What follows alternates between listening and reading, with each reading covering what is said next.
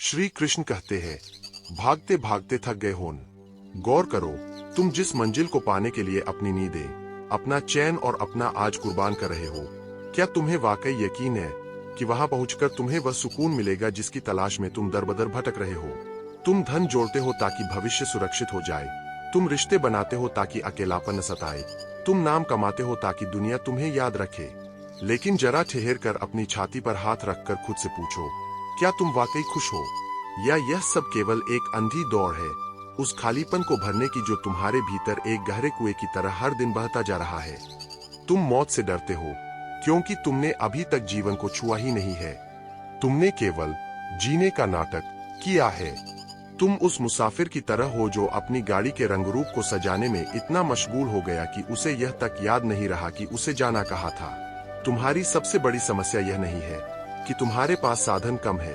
तुम्हारी असली समस्या यह है कि तुम्हारा मैं, यानी तुम्हारा अहंकार इतना बड़ा हो गया है कि उसने उस परमात्मा का रास्ता ही रोक दिया है। तुम खुद को हर चीज का मालिक समझते हो, लेकिन क्या तुम अपनी एक आने वाली सांस पर भी नियंत्रण रखते हो? समर्पण का अर्थ हार मान लेना नहीं है, बल्कि उस भारी बोझ को उतार देना है जिसे उठाने की तुम्हारी औकात ही नहीं थी। इसी अंतिम सत्य, पूर्ण शरणागति और उस परम शांति के महारहस्य को माधव ने अर्जुन के कानों में तब फूंका था जब वह सब कुछ हार कर, अपनी पहचान खोकर पूरी तरह टूट चुका था। इस दिव्य गर्जना को अपने अंतर्मन की गहराइयों में गूंजने दो। भगवान कहते हैं, सब कुछ छोड़कर, अपनी सारी झूठी पहचानों और सांसारिक धर्मों को त्याग कर केवल मेरी शरण में आ जा। मैं तुझे सब पापों, सब चिंताओं और सब दुखों से मुक्त कर दूंगा। तू शोक मत कर। लोग पूछते हैं, क्या सब कुछ छोड़ देना मुमकिन है? मैं कहता हूँ, छोड़ना तो तुम्हें पड़ेगा ही मेरे दोस्त। या तो आज अपनी मर्जी से छोड़ दो, या कल काल यानी समय तुमसे सब कुछ बेरहमी से छीन लेगा। चुनाव तुम्हारा है, गौरव के साथ त्यागना है या रोते हुए लुट जाना है। इसे एक ऐसे वृत्तांत से समझो जो तुम्हारी सोच की बुनियाद हिला देगा और तुम्हें तुम्हारी औकात का आईना दिखाएगा। एक बहुत ही घमंडी और प्रतापी सम्राट था जिसने दुनिया का सबसे अभेद्य और आलीशान महल बनवाया। उसे गुमान था कि यह महल उसकी अमरता का प्रतीक बनेगा और उसकी आने वाली पीढ़ियां उसकी महानता के गीत गाएंगी। एक शाम, एक फकीर जिसका शरीर धूल से सना था और झोला फटा पुराना था, उस महल के भव्य मुख्य द्वार पर आया और उसने बिना किसी संकोच के वहां अपना बिस्तर बिछा दिया। सैनिकों ने उसे लात मारकर उठाया और चिल्लाए, ए भिखारी, अंधे हो गए हो क्या? यह महाराज का निजी महल है, यहाँ ठहरने की जुर्रत कैसे की? भाग यहाँ से। फकीर मुस्कुराया और उसने बड़ी शांति से राजा को बुलाने की जिद की। शोर सुनकर राजा बाहर आया और अपने अहंकार के नशे में बोला, मांगो भिखारी, क्या चाहिए? यह मेरा महल है, यहाँ शोर मत करो। फकीर ने अपनी पारखी नजरों से राजा की आंखों में देखा और एक ऐसा सवाल पूछा जिसने राजा के पैरों तले की जमीन खिसका दी। फकीर ने पूछा, राजन, आपसे पहले इस आलीशान सिंहासन पर कौन बैठता था? राजा ने गर्व से कहा, मेरे पिता। फकीर ने फिर पूछा, और उनसे पहले? राजा ने कहा, मेरे दादा। फकीर ने धीरे से हंसते हुए एक आखिरी सवाल किया, तो महाराज, वे सब अब कहाँ है? और यह महल उनके साथ क्यों नहीं गया? राजा खामोश हो गया, उसका गला सूख गया। फकीर ने अपनी झोली उठाई और कहा, राजन, जिस जगह पर लोग आते हैं, कुछ देर रुकते हैं और फिर हमेशा के लिए चले जाते हैं, उसे महल नहीं, सराय कहते हैं। फर्क सिर्फ इतना है महाराज कि मैं जानता हूं कि मैं एक मुसाफिर हूं और आप इस भ्रम में जी रहे हैं कि आप यहां के मालिक हैं। आप भी कल जा रहे हैं और मैं आज जा रहा हूं। सोचो, क्या तुम्हारा यह शरीर, तुम्हारा यह आलीशान घर, तुम्हारी ये ऊंची पदवी एक सराय नहीं है? तुम सराय की दीवारों पर अपना नाम सोने के अक्षरों में लिख रहे हो, जबकि तुम्हें अपनी अगली यात्रा की तैयारी करनी चाहिए थी। शांति तब नहीं आती जब तुम दुनिया की हर चीज हासिल कर लेते हो। शांति तो उस दिन आती है जब तुम सब कुछ के मालिक बनने का वहम अपने भीतर से नोच कर फेंक देते हो। तुम जिसे मुक्ति या मोक्ष कहते हो, वह मरने के बाद स्वर्ग में मिलने वाली कोई जादुई जगह नहीं है।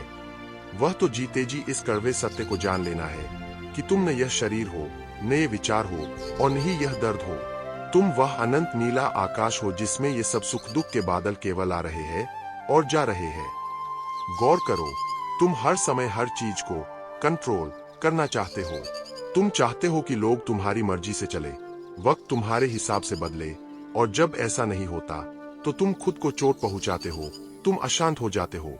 यह कंट्रोल करने की सनक ही तुम्हारी सबसे बड़ी जेल है।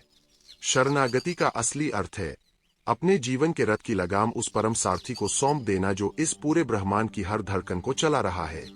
जब तुम खुद सारथी बनने की कोशिश करते हो तो तुम थक जाते हो, तुम डर जाते हो, लेकिन जब तुम उस परमात्मा को अपना सारथी बना लेते हो तो तुम्हारा जीवन एक अंतहीन युद्ध नहीं बल्कि एक सुंदर उत्सव बन जाता है।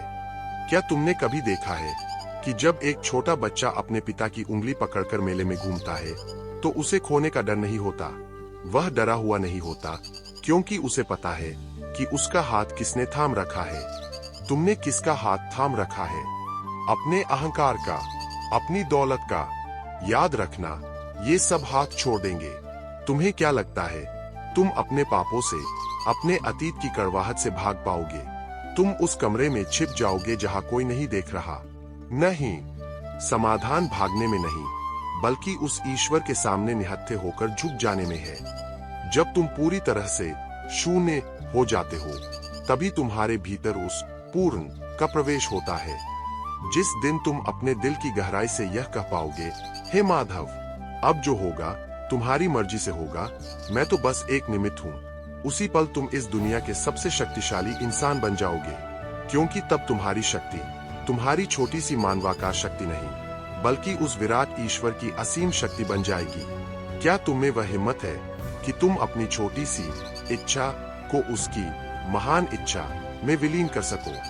विचार करो, तुम पूरी रात उस एक इंसान के मैसेज का इंतजार करते हो जिसने तुम्हें कब का भुला दिया है। तुम अपनी कीमती ऊर्जा उन लोगों पर बर्बाद करते हो जिन्हें तुम्हारी मौजूदगी से फर्क तक नहीं पड़ता।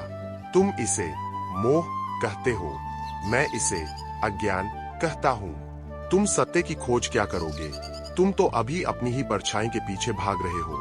शांति का मतलब है स्वयं की खोज। जिस दिन तुम्हें यह पता चल जाएगा कि जो सुख तुम बाहर के जिस्मों और चीजों में ढूंढ रहे हो वह तो तुम्हारे भीतर के सागर में पहले से ही मौजूद है, उस दिन तुम शांत हो जाओगे। उस दिन तुम्हें किसी की जरूरत नहीं होगी तुम्हें पूरा करने के लिए, क्योंकि तुम स्वयं में पूर्ण हो जाओगे।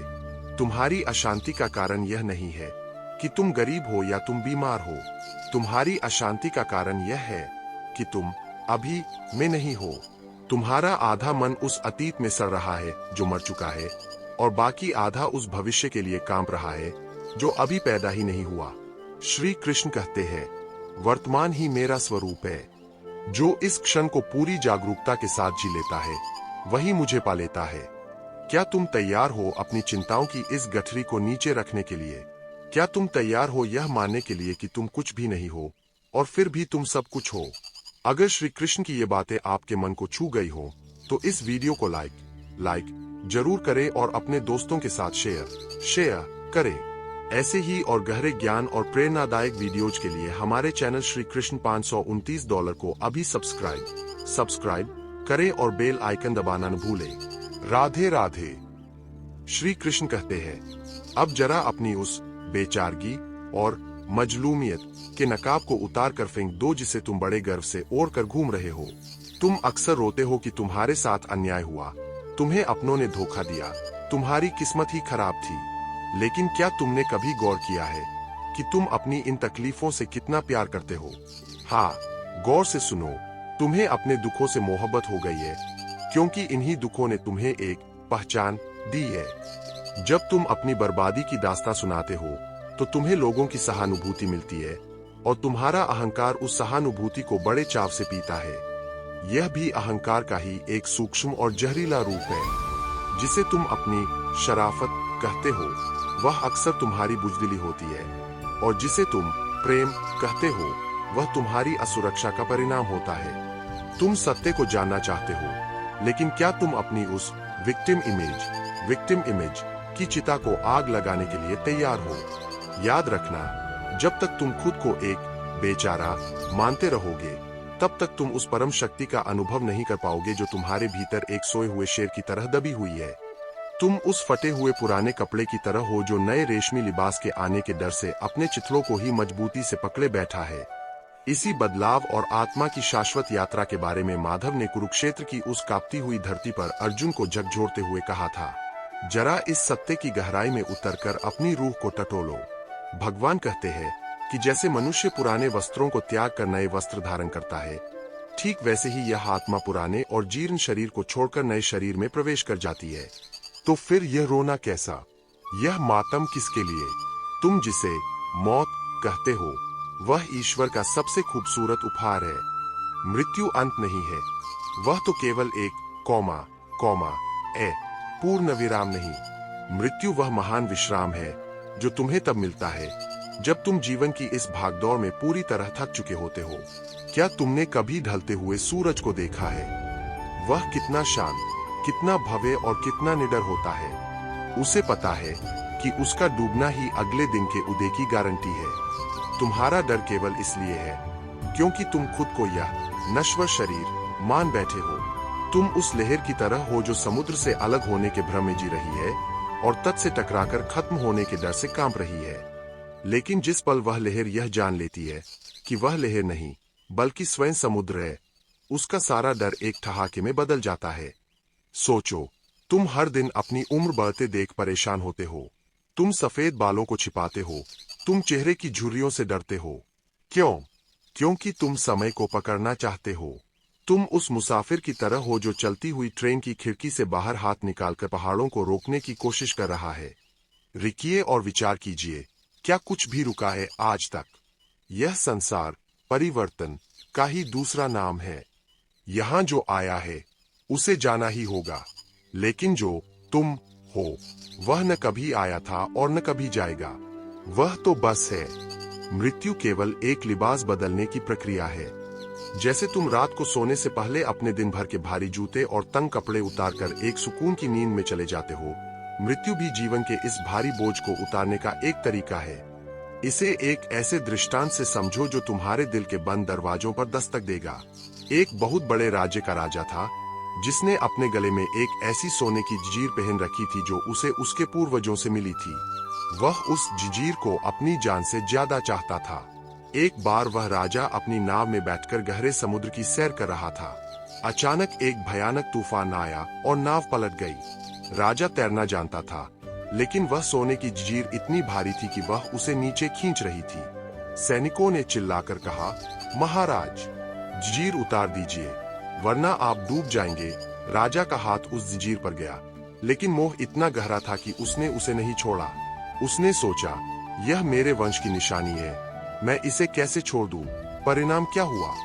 वह राजा उस जंजीर के साथ ही समुद्र की अथाह गहराइयों में समा गया। क्या तुम्हारी स्थिति भी उस राजा जैसी नहीं है? तुम्हारी ये यादें, तुम्हारी ये नफरतें, तुम्हारे ये अधूरे सपने और तुम्हारा यह मैं, यही वह भारी जंजीर है जो तुम्हें इस जीवन के समंदर में डूबने पर मजबूर कर रही है। तुम कहते हो, मैं कैसे छोड़ दूं? मेरा अपमान हुआ था, मुझे बदला लेना है, या मुझे उससे बहुत प्यार है, मैं उसके बिना नहीं रह सकता। याद रखना, यह सब सोने की जंजीर है।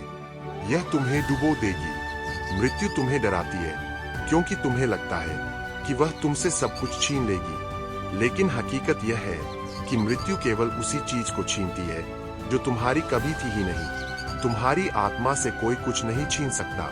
क्या तुम आज तैयार हो उस जंजीर को खोलने के लिए? क्या तुम तैयार हो यह कहने के लिए कि हे काल, तू मेरा क्या बिगाड़ेगा?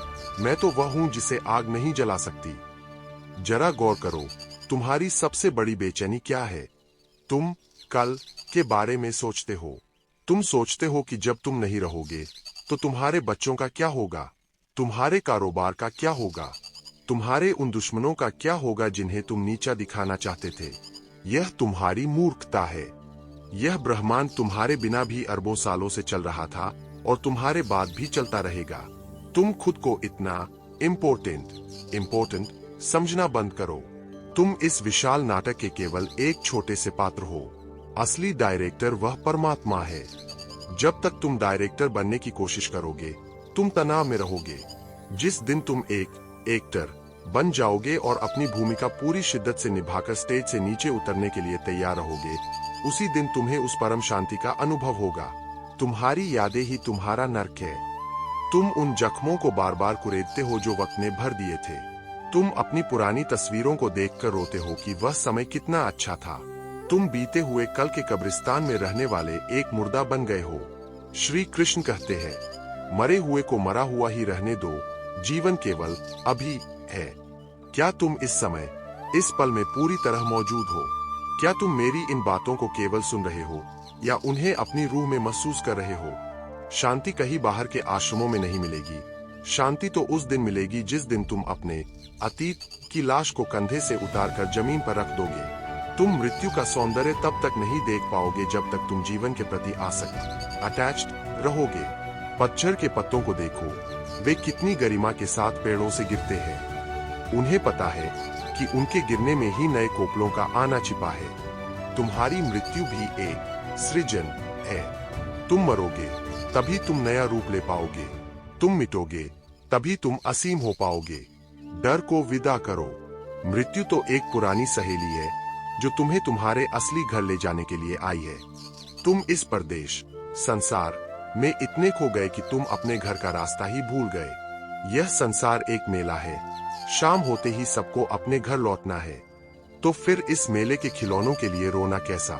सोचिए, क्या तुम्हारे भीतर आज वह साहस है कि तुम अपनी असफलताओं को गले लगा सको?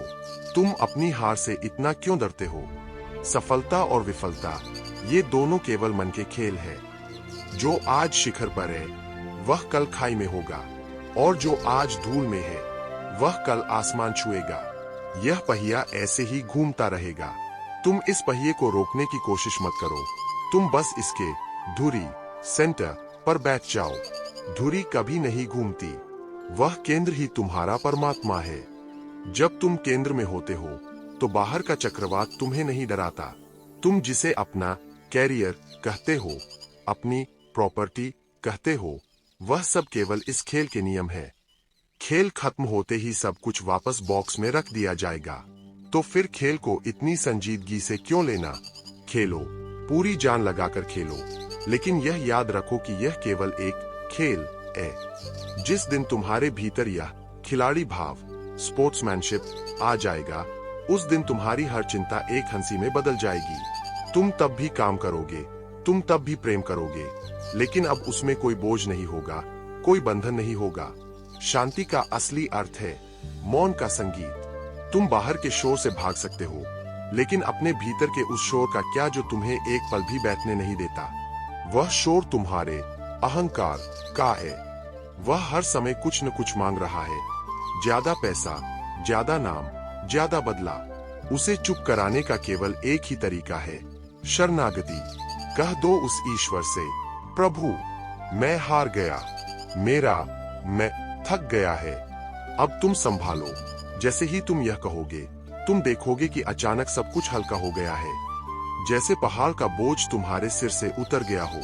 मृत्यु के सौंदर्य को वही जान सकता है जिसने प्रेम को जाना है, और प्रेम का अर्थ वह नहीं है जो तुम फिल्मों में देखते हो। असली प्रेम का अर्थ है खुद को मिटा देना। जब तुम किसी के लिए खुद को पूरी तरह मिटा देते हो, तो तुम वास्तव में अमर हो जाते हो। क्या तुम्हें वह पागलपन है कि तुम बिना किसी शर्त के प्रेम कर सको, बिना यह सोचे कि बदले में तुम्हें क्या मिलेगा? अगर तुम ऐसा कर सको, तो तुम जीते जी मोक्ष को पालोगे। श्री कृष्ण कहते हैं, क्या तुम्हें कभी ऐसा महसूस होता है कि तुम एक ऐसी दौड़ में शामिल हो जिसका कोई अंत नहीं है? तुम एक पहाड़ चढ़ते हो, यह सोचकर कि शिखर पर पहुंचकर तुम्हें चैन मिलेगा, लेकिन जैसे ही तुम वहां पहुंचते हो, तुम्हें सामने एक और ऊंचा पहाड़ दिखाई देने लगता है। तुम्हारी यह बेचैनी कोई इत्तेफाक नहीं है, यह तुम्हारी इच्छाओं का वह जाल है जिसे तुमने खुद बुना है। तुम जिसे प्रगति कहते हो, वह अक्सर तुम्हारी वासनाओं की अनथीन भूख होती है। विचार करो, तुम्हारी एक इच्छा पूरी होती है और उसके पीछे 10 नई इच्छाएं सिर उठा लेती है। यह वैसा ही है जैसे आग में घी डालना। आग बुझती नहीं, बल्कि और भड़क उठती है। तुम शांति की तलाश बाहर की दुनिया में कर रहे हो, जबकि शांति उस त्याग में छिपी है जिसे करने से तुम सबसे ज्यादा डरते हो। तुम अपनी पकड़ को मजबूत करना चाहते हो, जबकि जीवन का असली रस छोड़ देने में है। इसी इच्छा और शांति के बीच के भीषण द्वंद्व को समझाते हुए माधव ने अर्जुन से उस स्थित प्रज्ञ स्थिति के बारे में कहा था जो एक गहरे समुद्र की तरह अटल है। इस परम सत्य की गहराई में अपनी चेतना को डुबो कर देखो। भगवान कहते हैं कि जैसे चारों ओर से नदियां आकर समुद्र में मिलती है, लेकिन समुद्र अपनी मर्यादा नहीं छोड़ता, वह हमेशा शांत और स्थिर रहता है। वैसे ही जिस मनुष्य के भीतर सभी इच्छाएं बिना उसे विचलित किए समा जाती है, वही वास्तव में शांति पाता है। वह नहीं जो अपनी हर छोटी बड़ी इच्छा के पीछे पागलों की तरह भागता है। जरा अपनी मानसिक स्थिति का निरीक्षण करो। क्या तुम एक शांत समुद्र हो या तुम वह उथला तालाब हो जिसमें एक छोटा सा कंकड़ गिरते ही पूरे पानी में हलचल मच जाती है? किसी ने तुम्हारी तारीफ कर दी तो तुम फूलकर कुप्पा हो गए। किसी ने तुम्हारी बुराई कर दी तो तुम प्रतिशोध की आग में जलने लगे। क्या तुम्हारी शांति इतनी सस्ती है कि कोई भी अजनबी उसे छीन कर ले जाए? तुम्हारी सबसे बड़ी भूल यह है कि तुम खुद को अपने कर्मों का कर्ता दुआ मान बैठे हो। तुम सोचते हो कि मैंने यह किया, मैं यह करूंगा, मेरे बिना यह सब बिखर जाएगा। यह मैं ही तुम्हारी जंजीर है। क्या तुमने कभी सोचा है कि जब तुम गहरी नींद में होते हो तब तुम्हारा शरीर कौन चला रहा होता है? तुम्हारी धड़कनें कौन धड़का रहा है? तुम्हारी सांसें कौन ले रहा है? उस समय तो तुम्हारा यह मैं कहीं मौजूद नहीं होता, फिर भी सब कुछ कितनी पूर्णता के साथ घट रहा होता है। दिव्य जीवन का रहस्य इसी में छिपा है, होने देना। जब तुम यह जान लेते हो कि तुम केवल एक माध्यम हो, एक उपकरण हो उस परम चेतना के हाथ में, तब तुम्हारी सारी थकान मिट जाती है।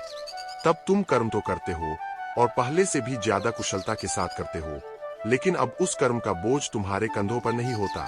तुम उस बांसुरी की तरह हो जाते हो जिसमें से स्वर तो निकलते हैं, लेकिन वह जानती है कि संगीत बजाने वाला कोई और है। जरा विचार करो, तुम्हारी इच्छा शक्ति विल पावर, जिसे तुम अपनी ताकत समझते हो, वह अक्सर तुम्हारे अहंकार का ही विस्तार होती है। तुम अपनी जिद को संकल्प का नाम देते हो, लेकिन असली संकल्प वह है जो परमात्मा की इच्छा के साथ एकाकार हो जाए। जिसे तुम विफलता कहते हो, वह अक्सर ईश्वर का वह इशारा होता है कि तुम गलत दिशा में भाग रहे हो, लेकिन तुम अपनी आंखों पर पट्टी बांधकर उसी दीवार से अपना सिर टकराते रहते हो। शांति तब आती है जब तुम लड़ना बंद कर देते हो। इसका मतलब यह नहीं है कि तुम कायर बन जाओ, बल्कि इसका मतलब है कि तुम उस प्रवाह फ्लो के साथ बहना सीखो जिसे कुदरत ने तुम्हारे लिए चुना है। क्या तुमने कभी किसी नदी को पहाड़ चढ़ने की कोशिश करते देखा है? वह हमेशा नीचे की ओर बहती है, पत्थरों से टकराती है, रास्ता बदलती है, लेकिन कभी रुकती नहीं और अंत में सागर में मिल ही जाती है।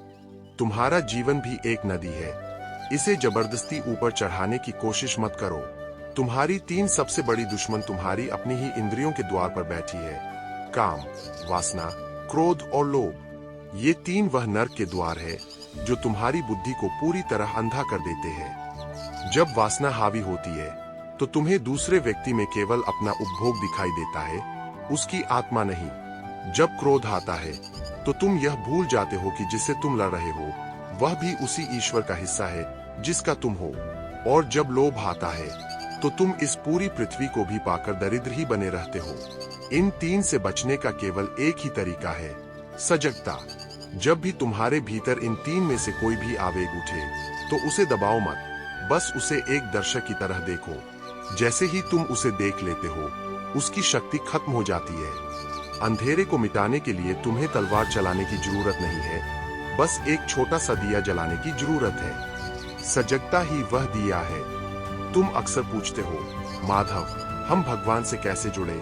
मैं कहता हूँ, तुम उससे अलग कब थे जो जुड़ने की बात कर रहे हो? तुम उस मछली की तरह हो जो पानी के भीतर रहकर भी पानी को तलाश रही है। तुम्हारी हर सांस में वह मौजूद है, तुम्हारी हर सोच के पीछे उसका हाथ है। लेकिन तुम्हारा अहंकार एक ऐसे पर्दे की तरह है जिसने तुम्हारी दृष्टि को धुंधला कर दिया है। भक्ति का अर्थ यह नहीं है कि तुम घंटों बैठकर मंत्र पढ़ो। भक्ति का असली अर्थ है हर चेहरे में उस एक चेहरे को देखना। जब तुम किसी भूखे को खाना खिलाते हो तो वह पूजा है। जब तुम किसी गिरते हुए को सहारा देते हो तो वह प्रार्थना है। जब तुम अपने शत्रु को भी क्षमा कर देते हो तो वह सबसे बड़ा यज्ञ है। क्या तुम्हें वह साहस है कि तुम अपने संकीर्ण स्वार्थ को परमार्थ में बदल सको? शांति का एक और गहरा पहलू है पूर्ण मौन। हमारे भीतर विचारों का एक ऐसा शोर मचा रहता है जिसे हमने सोचना मान लिया है। हम हर समय कुछ न कुछ योजना बना रहे होते हैं, किसी को जवाब दे रहे होते हैं या अपनी ही प्रशंसा में डूबे होते हैं। यह मानसिक शोर ही तुम्हारी ऊर्जा को सोख लेता है। दिन भर में कम से कम 20 मिनट ऐसे निकालो जहां तुम कुछ भी न करो, न सोचो, न पढ़ो, न सुनो, बस चुपचाप बैठ जाओ। शुरू में तुम्हारा मन बंदर की तरह उछलेगा, वह तुम्हें डराएगा, वह तुम्हें बोर करेगा। लेकिन अगर तुम डटे रहे तो धीरे धीरे वह शोर कम होने लगेगा और उस सन्नाटे के भीतर तुम्हें वह आवाज सुनाई देगी जो तुम्हें तुम्हारी असलियत बताएगी। वह आवाज कहेगी, तुम शांत हो, तुम मुक्त हो, तुम आनंद हो। जरा सोचो, तुम जिसे अपनी किस्मत कहते हो वह तुम्हारे ही पुराने विचारों और कर्मों का एक सिलसिला है। तुम आज जो सोच रहे हो वही तुम्हारा कल बनने वाला है। अगर तुम आज अशांति और घृणा के बीज बो रहे हो तो तुम कल शांति की फसल कैसे काट सकते हो? अपने मन के बगीचे के माली बनो। उन झाड़-झंखाड़ों को उखाड़ फेंको जो तुम्हारी तरक्की रोक रहे हैं। ईर्ष्या, तुलना और शिकायत, ये वे खरपतवार है जो तुम्हारी खुशियों का रस पी जाते हैं। जिस दिन तुम शिकायत करना छोड़ दोगे और शुक्रगुजार होना शुरू करोगे, उसी दिन से तुम्हारे जीवन में चमत्कार होने लगेंगे। क्या तुमने कभी उन 1000 चीजों के लिए धन्यवाद दिया है जो तुम्हारे पास सही सलामत है? या तुम बस उन 2 चीजों के लिए रो रहे हो जो तुम्हें नहीं मिली? मृत्यु का डर तुम्हें इसलिए सताता है क्योंकि तुमने जीवन को एक संपत्ति समझ लिया है। तुम इसे तिजोरी में बंद करके रखना चाहते हो, लेकिन जीवन तो एक झरने की तरह है। इसे जितना बांटोगे यह उतना ही ताजा रहेगा। जिसने प्रेम करना सीख लिया उसके लिए मृत्यु केवल एक द्वार है। प्रेम में तुम खुद को मिटा देते हो और जो पहले ही मिट चुका है उसे मौत क्या मिटाएगी? अमरता का अर्थ शरीर का हमेशा बने रहना नहीं है। अमरता का अर्थ है उस अविनाशी तत्व को पहचान लेना जो शरीर के मिटने के बाद भी बचा रहता है। तुम वह तत्व हो, तुम वह प्रकाश हो जो कभी बुझता नहीं। समाधान किसी बाहरी किताब में नहीं है, समाधान तो तुम्हारे होने की गहराई में है। अपने आप को इतना हल्का कर लो कि तुम हवा के झोंके के साथ भी नाच सको। अपनी पकड़ छोड़ दो, अपनी जिद छोड़ दो, उस विराट सत्ता की लहरों पर खुद को छोड़ दो। वह तुम्हें वहां ले जाएगी जहां तुम्हारी कल्पना भी नहीं पहुंच सकती।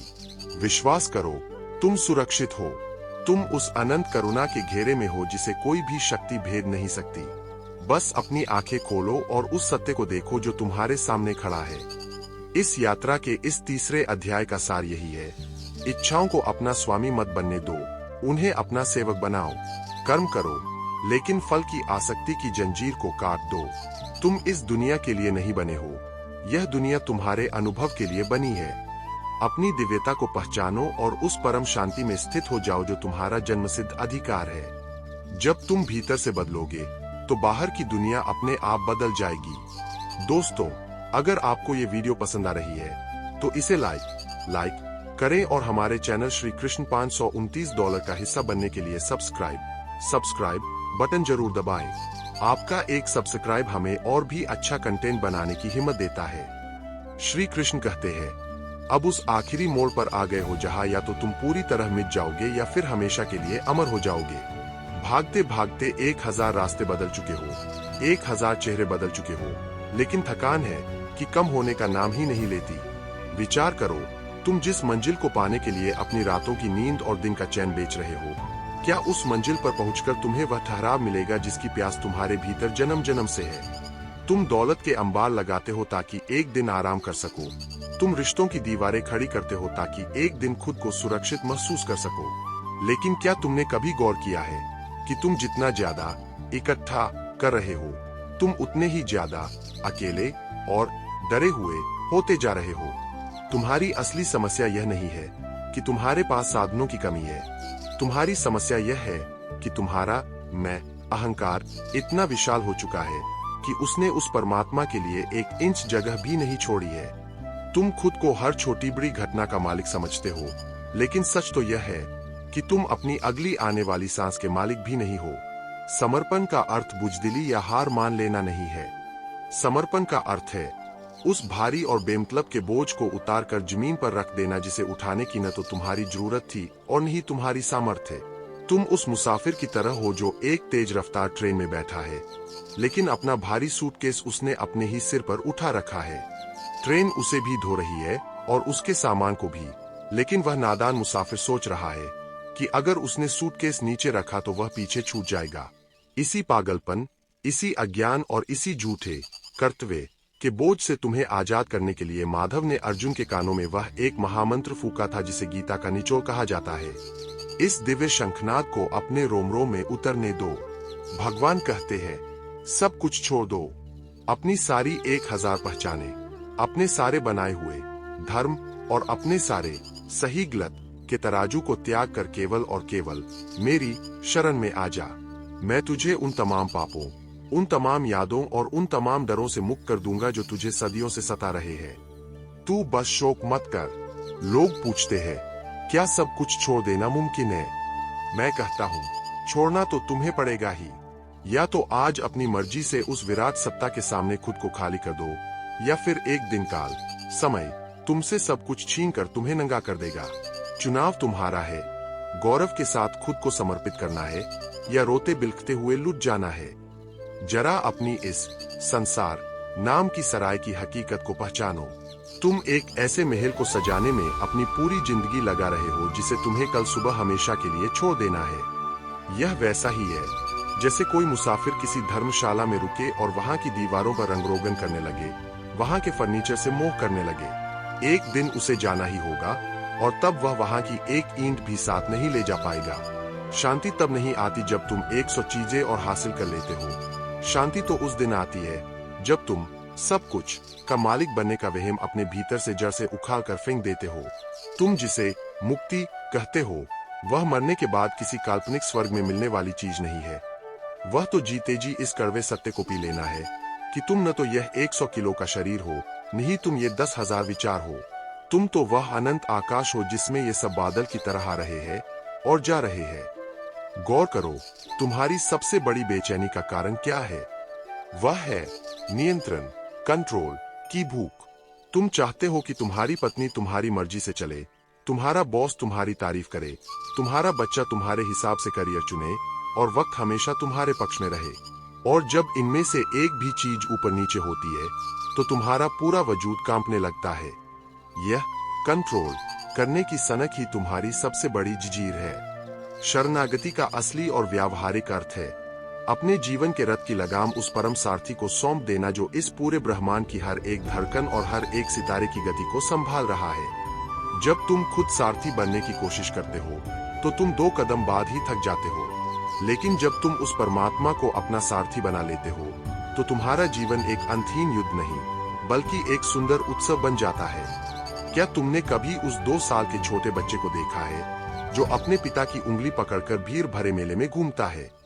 उसे न तो रास्ता भटकने का डर है, नहीं उसे यह चिंता है कि शाम को खाना कहाँ से आएगा।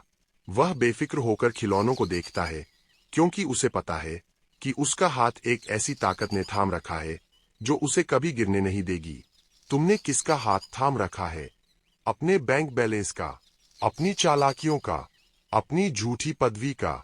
याद रखना, ये सब हाथ एक दिन तुम्हारा साथ छोड़ देंगे। जिस दिन तुम उस एक हाथ को थाम लोगे जो कभी नहीं छूटता, उसी पल तुम्हारी सारी एंजाइटी, चिंता कपूर की तरह उड़ जाएगी। तुम्हें क्या लगता है तुम अपने गुनाहों से भाग पाओगे?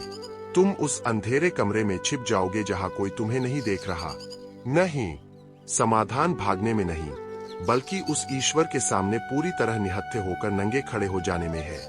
कह दो उससे, हाँ मैं हारा हुआ हूँ, हाँ मैंने गलतियां की है, हाँ मैं कमजोर हूँ। जैसे ही तुम अपनी कमजोरी को स्वीकार कर लेते हो, तुम अपराजेय, इनविंसिबल हो जाते हो। जब तुम पूरी तरह से शून्य हो जाते हो, तभी तुम्हारे भीतर उस पूर्ण का प्रवेश होता है। जिस दिन तुम अपने दिल के सबसे गहरे कोने से यह कह पाओगे, हे माधव, अब जो होगा तुम्हारी मर्जी से होगा, मैं तो बस एक जरिया हूँ, उसी पल तुम इस दुनिया के सबसे शांत और शक्तिशाली इंसान बन जाओगे। विचार करो, तुम पूरी रात उस एक इंसान की याद में जलते हो जिसने तुम्हें कब का भुला दिया है। तुम अपनी कीमती ऊर्जा उन 10 लोगों पर बर्बाद करते हो जिन्हें तुम्हारी मौजूदगी से कोई फर्क नहीं पड़ता। तुम इसे मोह कहते हो, मैं इसे आत्मज्ञान कहता हूँ। तुम सत्य की खोज क्या करोगे?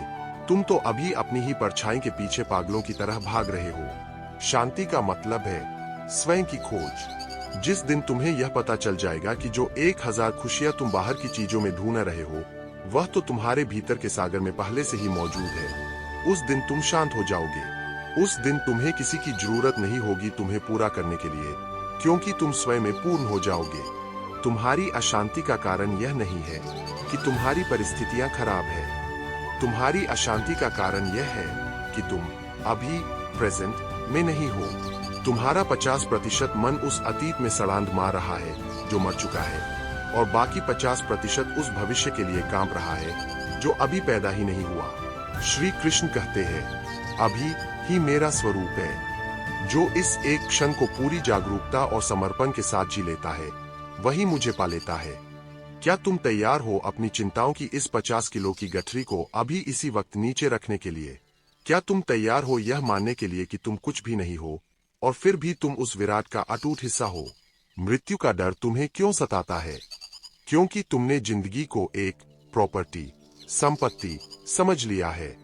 तुम इसे मुट्ठी में भींच कर रखना चाहते हो, लेकिन जिंदगी तो एक बहती हुई हवा है। इसे जितना पकड़ोगे उतना ही घुटन महसूस करोगे।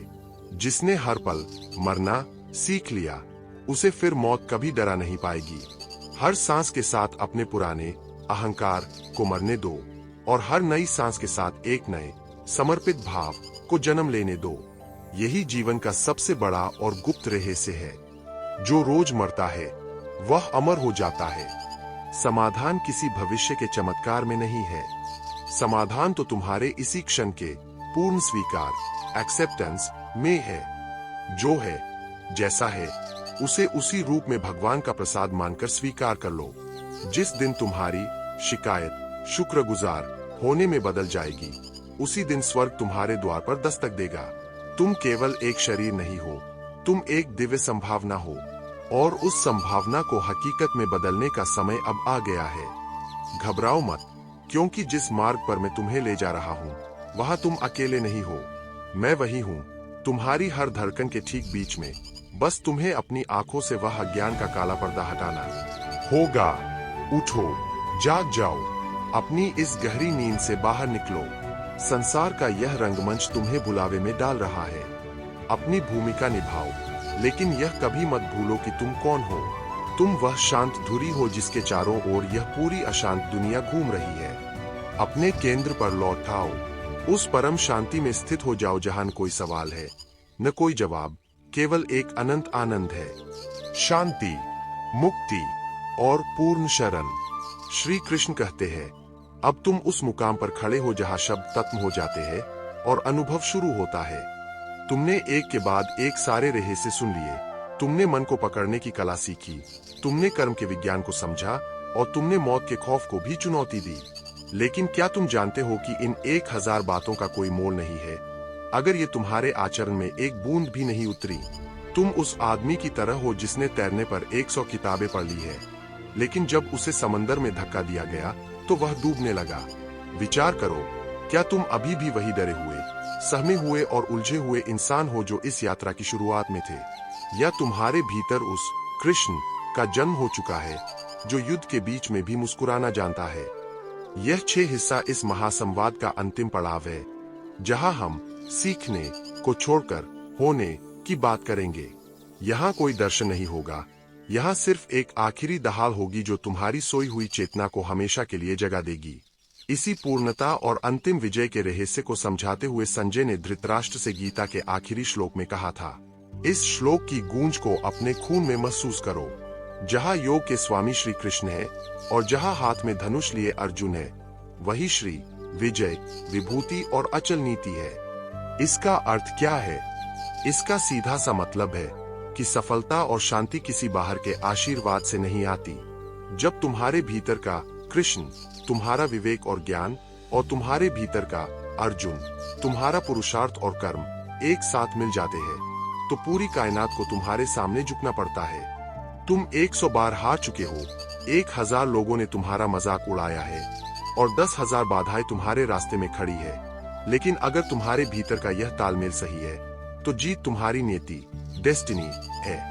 क्या तुम आज उस धनुष को उठाने के लिए तैयार हो जिसे तुमने अपनी कायरता के कारण नीचे रख दिया था?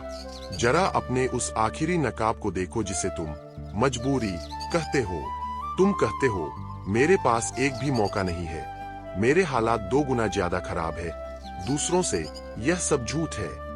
यह तुम्हारी हारने की आदत का एक हिस्सा है। विचार करो, कुरुक्षेत्र के मैदान में अर्जुन के सामने उसके अपने खड़े थे, उसके हाथ कांप रहे थे और मौत चारों ओर नाच रही थी। क्या तुम्हारे हालात उससे भी ज्यादा भयावह है? नहीं, तुम तो बस अपनी छोटी सी कंफर्ट जोन में बैठकर रो रहे हो। दिव्य जीवन का रहस्य यह है कि तुम अपनी कमियों को अपनी ताकत बना लो। एक बीज को जब 100 किलो मिट्टी के नीचे दबा दिया जाता है तो वह रोता नहीं है, वह उस दबाव का इस्तेमाल करता है मिट्टी को चीरकर बाहर निकलने के लिए। तुम्हारी ये मुश्किलें ही वह मिट्टी है जो तुम्हें एक विशाल वृक्ष बनाने के लिए आई है। तुम अक्सर पूछते हो, माधव, मैं अपनी पहचान कैसे बनाऊं? मैं कहता हूं, अपनी पहचान मिटा दो। जिस दिन तुम यह जान लोगे कि तुम एक निमित्त, इंस्ट्रूमेंट हो, उस दिन तुम वह काम कर जाओगे जो 1000 साधारण मनुष्य मिलकर भी नहीं कर सकते। तुम उस पेन की तरह हो जिसे लेखक ने पकड़ा है।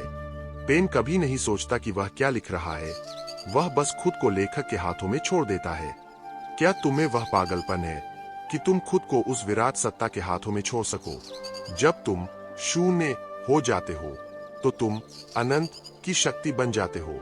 तब तुम नहीं लड़ते, वह परमात्मा तुम्हारे भीतर से लड़ता है और उस लड़ाई में कभी हार नहीं होती।